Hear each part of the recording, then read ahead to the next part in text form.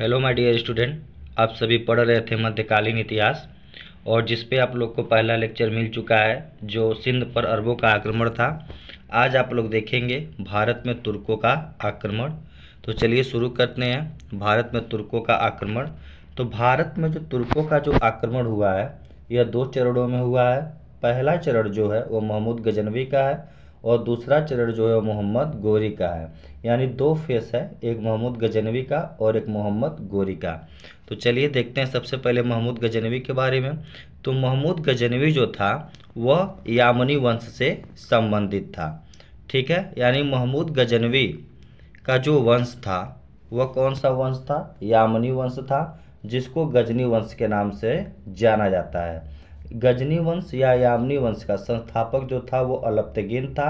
अलप्तगीन के बाद गद्दी पर पिराई कुछ समय के लिए बैठा था, पिराई। लेकिन उसके बाद गद्दी पर कौन आ गया? पिराई के बाद गद्दी पर आ गया सुबुक्तगीन 977 ईस्वी में। सुबुक्तगीन के बाद गद्दी पर कौन आ गया? सुबुक्तगीन के बाद गद्दी पर आ गया महमूद गजनवी 928 ईस्वी में, 998 ईस्वी में। यानी महमूद गजनवी जो है 998 ईस्वी में गद्दी पर बैठा। इसका नाम देख लीजिए, यामीन उद दौला और यमीन उल मिल्ला भी जाना जाता है। इसकी उपाधियाँ क्या थी? बुतसिकन मतलब होता है मूर्ति भंजक, गाजी यानी काफिरों का नाश करने वाला, और सुल्तान आजम। और सुल्तान की उपाधि धारण करने वाला यह पहला शासक था। अगर कभी क्वेश्चन आ जाए कि सुल्तान की उपाधि सबसे पहले किसने धारण की थी, तो सुल्तान की उपाधि सबसे पहले धारण की थी महमूद गजनवी ने।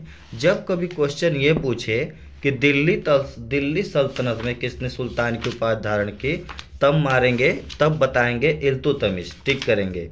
लेकिन जब तक दिल्ली सल्तनत का जिक्र नहीं होता है तब तक आप लोग क्या करेंगे? तब तक आप लोग बताएंगे महमूद गजनवी के बारे में कि महमूद गजनवी पहला ऐसा व्यक्ति था जिसने सुल्तान की उपाधि धारण की।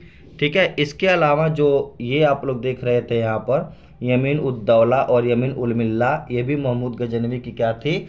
उपाधियाँ थी। ठीक है, नेक्स्ट देखते हैं। महमूद गजनवी ने भारत पर कुल 17 बार आक्रमण किया।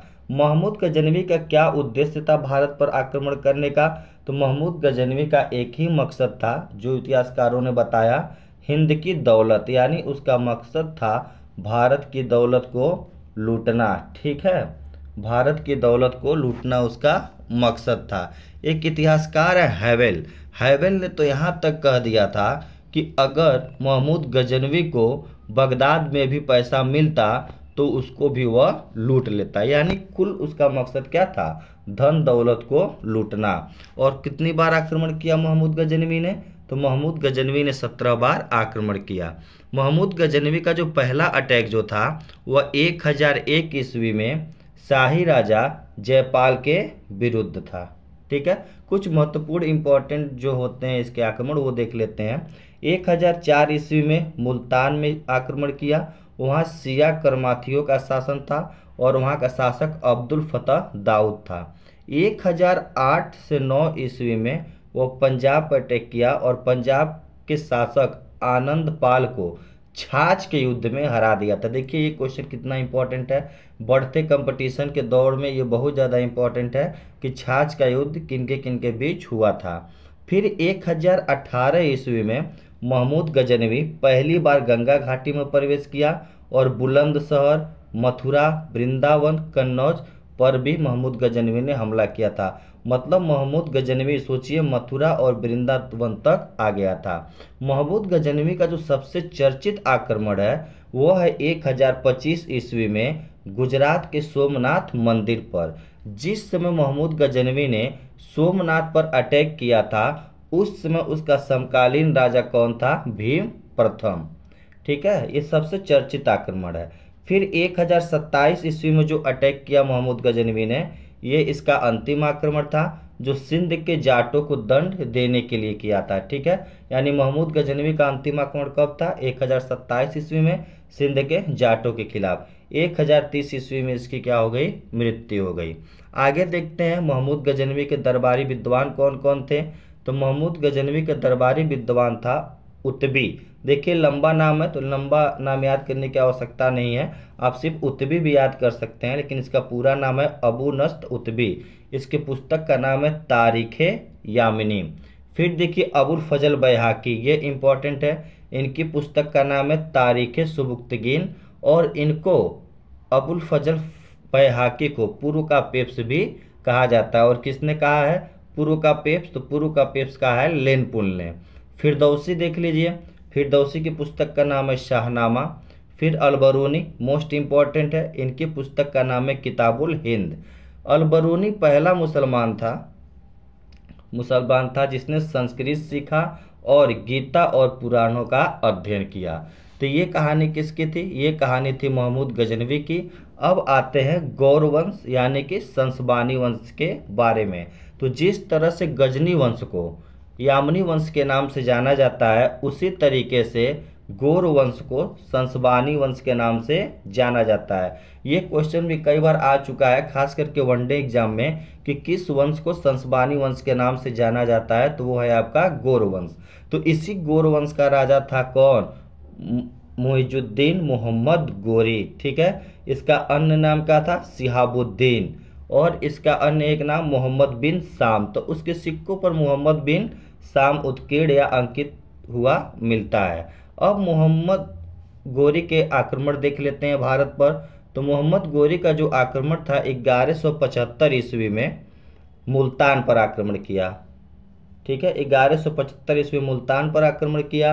1178 में इसने गुजरात पर अटैक किया। उस समय वहाँ का राजा मूलराज या भीम द्वितीय था, जिसमें विधवा मां नायिका देवी के नेतृत्व में कासहत के मैदान में गोरी को पराजित कर दिया गया। ठीक है, कासहत देखिए, मतलब जिस समय गोरी ने अटैक किया गुजरात पर, उसमें वहाँ का राजा था भीम द्वितीय, और उसकी माँ जो विधवा माँ थी उन्होंने युद्ध का नेतृत्व किया। और कासहत नामक जगह पर मोहम्मद गोरी को क्या कर दिया गया? पराजित कर दिया गया। और मोहम्मद गोरी को इतनी बुरी तरह से पराजित किया गया कि मोहम्मद गोरी के अंदर फिर इतनी हिम्मत नहीं थी कि वह गुजरात के रास्ते फिर से इंडिया में एंट्री कर सके। तो अब वो क्या करेगा?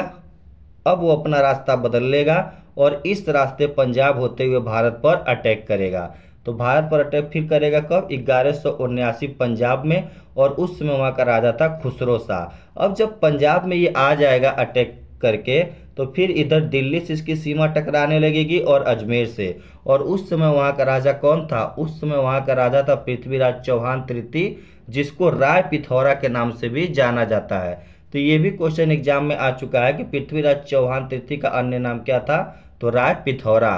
तो तराइन का प्रथम युद्ध देखने को मिलता है 1191 ईस्वी में, तराइन का प्रथम युद्ध, और ये लड़ाई लड़ी गई पृथ्वीराज चौहान तृतीय और गोरी के बीच, जिसमें पृथ्वीराज चौहान विजयी हुए। फिर तराइन का द्वितीय युद्ध हुआ 1 साल बाद, तराइन का द्वितीय युद्ध, ये भी पृथ्वीराज चौहान और गोरी के बीच, जिसमें गोरी विजयी रहा। ठीक है, फिर 1194 में एक लड़ाई और लड़ी गई जिसको चंदावर का युद्ध कहते हैं। यह गोरी और जयचंद के बीच हुआ। जयचंद गढ़वाल वंश का राजा था, जिसमें भी कौन विजयी हुआ?